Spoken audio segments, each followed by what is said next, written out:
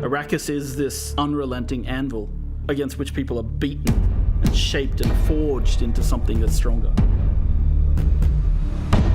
There's something very spiritual about that sand, which on the surface is really nothing, but underneath has a really diverse biological backstory. One of my favorite lines from Frank Herbert is, when you end a novel, it's like a train coming into the station that doesn't stop. You just jam on the brakes and let the sparks fly into people's imagination.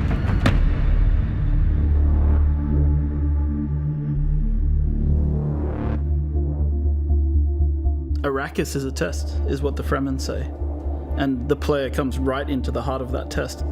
Dune Awakening is a survival game at the base level. And it begins like a traditional survival game, you know, like you're looking for water, you're looking for shelter.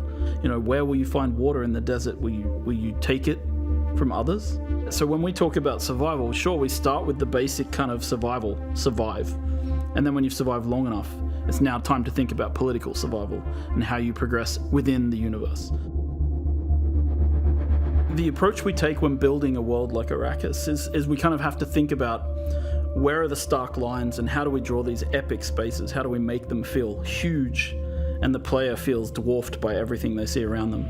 The intention was every time we saw the desert, it was highly brutal, and if you went out into the desert without the right protection and without the right knowledge, that it was sure death. If we looked at references from some of the hottest deserts in the world, the visuals that we saw from those deserts weren't enough.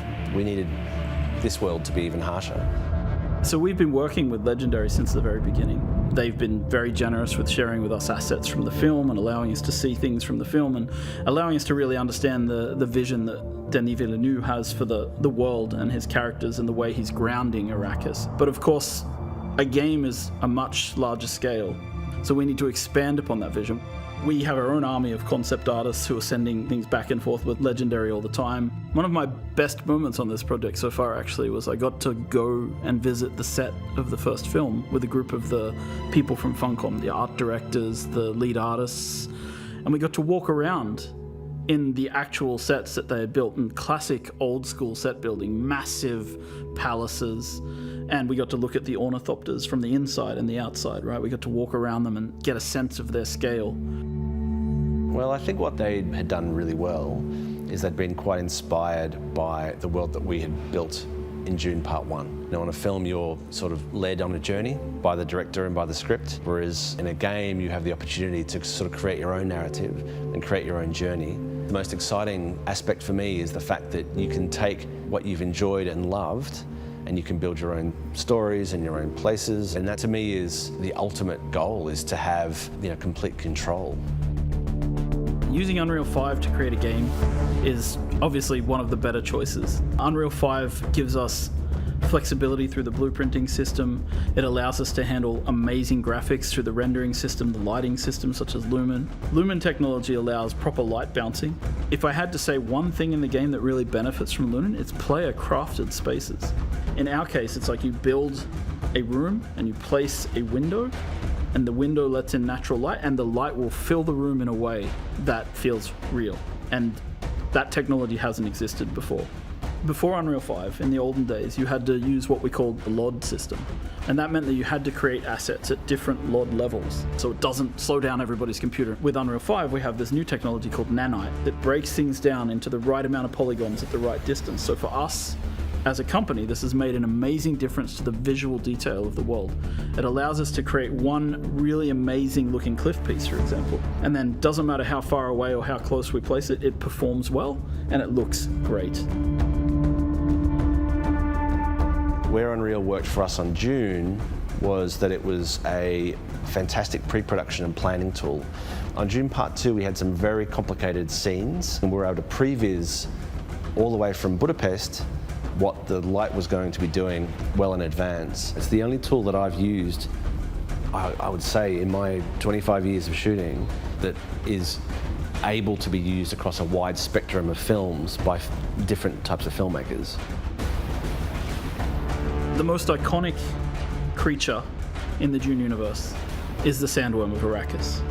And so we've tried to represent this in the game in multiple ways. So as a player, your first steps on the open sand, you hear the hiss of the sand in the distance as a sandworm begins to move towards you. And when it gets close, you hear the roar as it erupts from the sand nearby. And at that point, you have only seconds to live if you cannot make it to rocky ground. So this is your first experience with sandworms. And these are the little ones. When you go into the deep desert, when you're harvesting spice, the giant ring-mouth sandworms that we've seen in the film will erupt underneath the spice blows and suck harvesters and equipment down into the sand beneath them.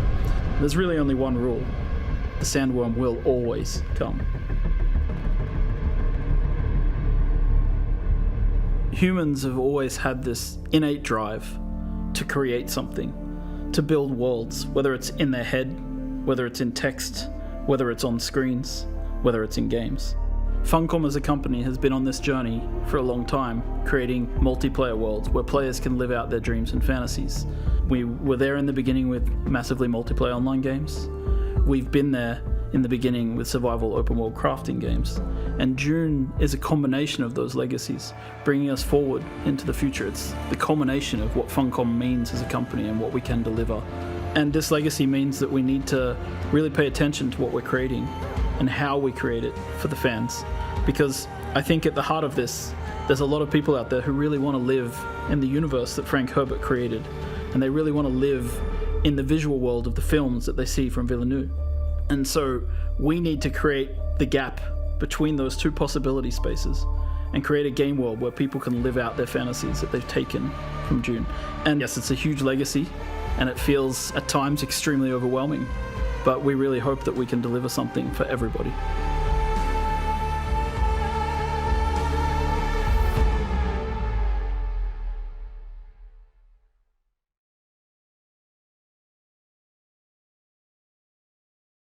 PlayStation